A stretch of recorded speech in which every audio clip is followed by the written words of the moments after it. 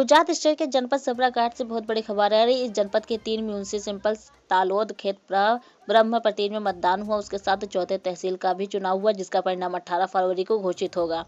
प्रदेश के 6वें वार्ड में 24 बैठक के लिए 61 उम्मीदवार खड़े हुए थे। तालोद 6 वार्ड में 24 बैठक के लिए 62 उम्मीदवार मैदान में थे। खेतभामा में 60 वार्ड में 28 बैठक में 60 उम्मीदवार मैदान में थे। सबराघाट जनपद का एसडीएम नारायण सिंह सद्दू से तालोद के मतदान केंद्र पर मुलाकात हुआ। मतदान भी होने पर प्रतीज पालिका का 69.70% हुआ था। तालोद में 73% मतदान हुआ। कौन जीतेगा कौन हारेगा, इन सब अटकलें के बावजूद 18 तारीख का इंतजार है।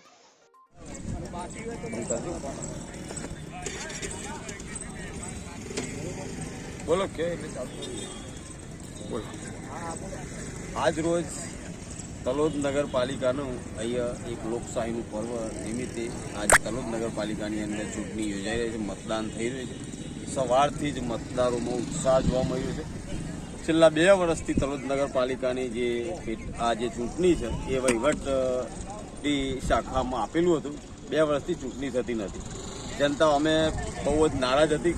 પબ્લિકના ઘણા બધા પ્રશ્નો હતા, ઘણી બધી સમસ્યાઓથી જનતા વંચિત હતી અને એના કારણે આજે પબ્લિકનો ઉત્સાહ છે, પરિવર્તન ઈચ્છી રહી છે પબ્લિક। સવારથી જ વોટિંગ માટે લાઈનો લાગી છે દરેક બૂથ ઉપર। આજ ટોટલ 6 વોર્ડની અંદર 18 બૂથો ઉપર વોટિંગ થઈ રહ્યું છે, જેની અંદર આજે 3 નંબર વોર્ડની અંદર અમારા ઉમેદવાર પંકજભાઈ મનરાણી સાહેબ સાથે હું ઉપસ્થિત છું। એમનું બી ઘણા સમયથી એ બી પોતે 3 નંબર વોર્ડના મતદારોની ઘણી સમસ્યાઓ એમને જાણી હતી અને ઘણા સમયથી પાર્ટી સાથે સંકળાયેલા હતા, પણ ઇલેક્શન આ લોકો છેલ્લા 2 વર્ષથી લંબાએ કરતા હતા। વહીવટી શાખાનું આખું તંત્ર આપી દીધું હતું, જેના કારણે જનતાનું કોઈ કામ થતું નથી। જનતાને કયા પ્રતિનિધિત્વ જોડે જવું, આ એક સરકારની આવી એક સિસ્ટમના કારણે પબ્લિક એટલી બધી ત્રાહિમામ થઈ ગઈ હતી, જેના કારણે આજ જનતાને એક તક મળી છે અને આજે એનો જવાબ જનતા આપશે, મત રૂપે જવાબ આપશે।